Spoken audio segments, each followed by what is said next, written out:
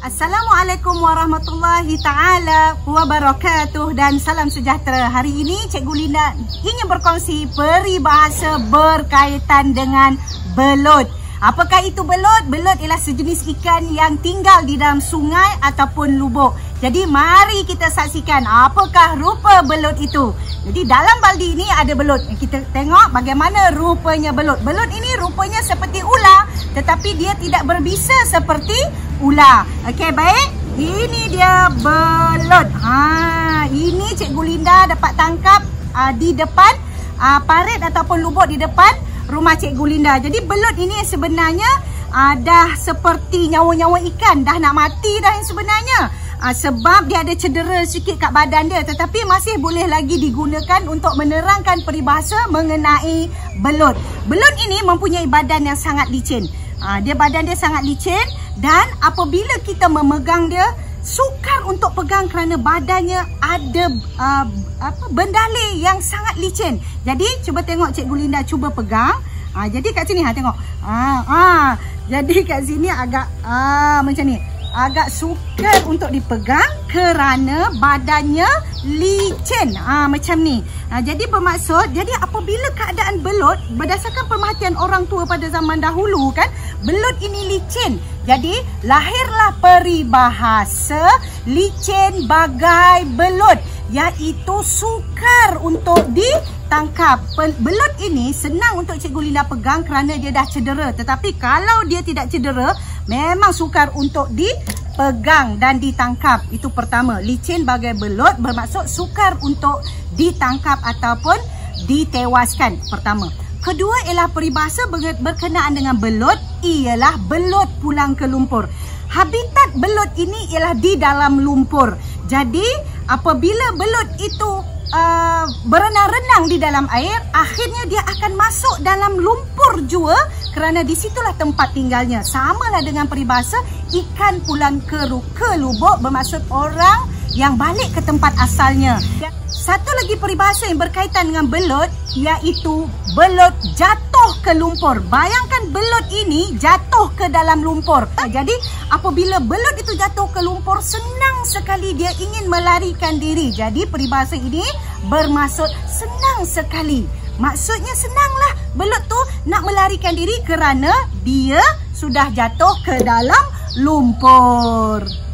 Seterusnya, peribahasa yang berkaitan dengan belut ini iaitu bagai belut diregang. Bermaksud diregang, diluruskan. Bermaksud belut ini kita luruskan begini panjang-panjang. Dia lurus panjang macam ni. Jadi apabila bagai belut diregang ini bermaksud seseorang yang kurus dan tinggi. Kurus, okey, kurus dan tinggi macam belut ni. Tinggi apabila diregang. Oi, jangan lari. Tidak cukup dengan itu, peribahasa berkaitan dengan belut iaitu bagai belut disukat. Bermaksud sesuatu pekerjaan yang sangat sulit. Macam mana kita nak sukat belut ni? Belut ni dia sangat licin, nak mengambilnya pun sukar. Jadi iaitu pekerjaan yang sangat sulit. Macam mana nak sukat belut ni? Kerana badannya licin. Selain itu, peribahasa yang berkaitan dengan belut ini iaitu sekerat ular, sekerat belut. Sebab belut ini kan rupa ular. Jadi peribahasa ini bermaksud tidak tahu mana satu yang ingin diikuti. Nak jadi ular ke nak jadi belut? Ataupun dengan perkataan yang mudah, orang yang munafik. Belut kena ranjau juga merupakan salah satu peribahasa yang berkaitan dengan belut. Ranjau ini bermaksud dijerat. Bermaksud belut ini dijerat.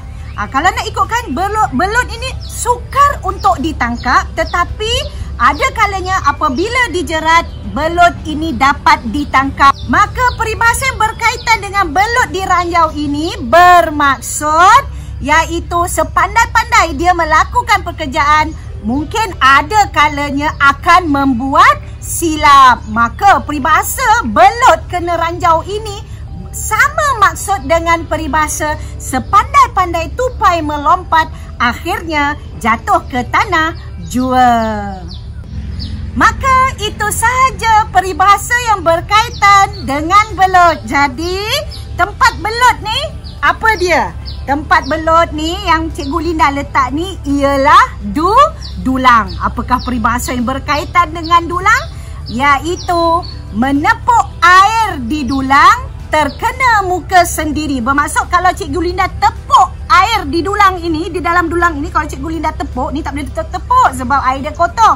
Kalau Cikgu Linda tepuk kuat-kuat, maka akan terkena muka Cikgu Linda. Maka maksud peribahasa ini, seseorang yang menceritakan keburukan keluarga sendiri dan akhirnya keluarga sendiri juga akan mendapat malu. Peribahasa menepuk air di dulang terpecik ke muka sendiri sama dengan maksud peribahasa membuka pekong di dada. Apakah maksud pekong? Pekong ialah kudis. Kudis yang berkudis-kudis. Kudis yang teruk iaitu yang ada di dada seseorang. Contohlah ni.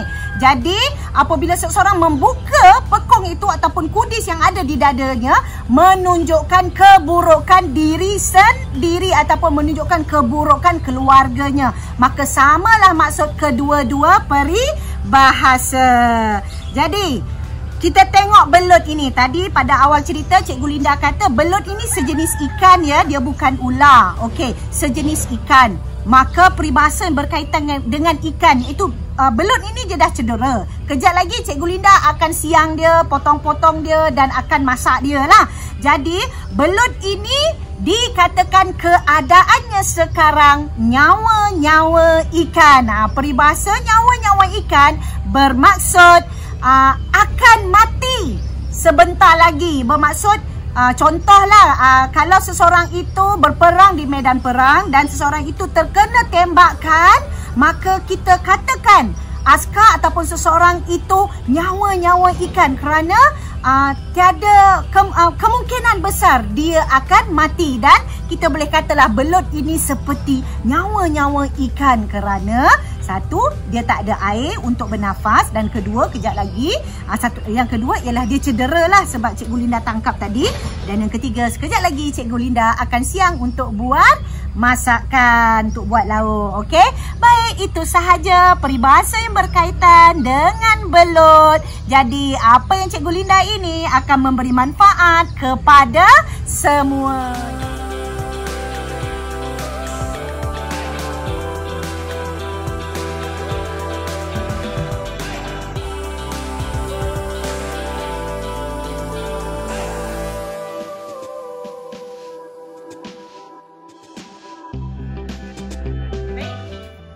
Kejap. Ini dia. Goreng-goreng.